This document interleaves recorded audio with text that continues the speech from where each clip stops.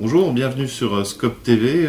Aujourd'hui, l'info de la semaine vue par les militants de l'Union départementale CGT, donc de Côte-d'Or.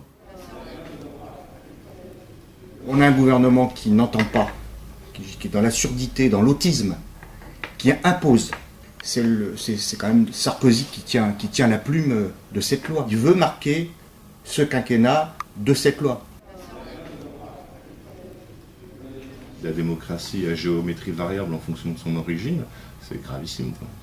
On voit bien que le gouvernement, pour éviter de répondre aux questions sociales, il use de thèmes sécuritaires qui met les Français contre les populations immigrées. Et ça, c'est dangereux pour la démocratie.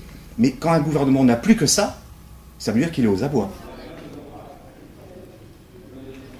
On préfère trouver un bouc émissaire que de s'attaquer au système, c'est-à-dire que des savants fous comme Kerviel, la Société Générale, les systèmes bancaires actuels et de trading les fabriquent. C'est le patron de la banque, de la Société Générale qui fout en cabane. Après, sur l'anecdote des 4 milliards neufs, voilà, ça serait juste pour rire. C'est vrai que la ministre à Dijon, je sais pas.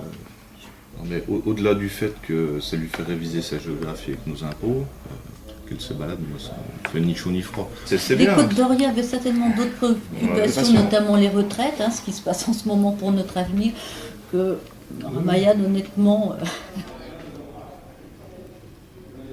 Les ministres, le jeu de chaises musicales, vous voyez, ça c'est de la com du gouvernement, ça. C'est lui qui a envoyé le signal dès le départ que les ministres ça ne servait à rien, c'était lui qui décidait. Donc, clairement, qu'il change les ministres, de toute façon, on s'en tape. Il change la mise en forme, du moment que l'air reste le même, moi ça me convient toujours pas.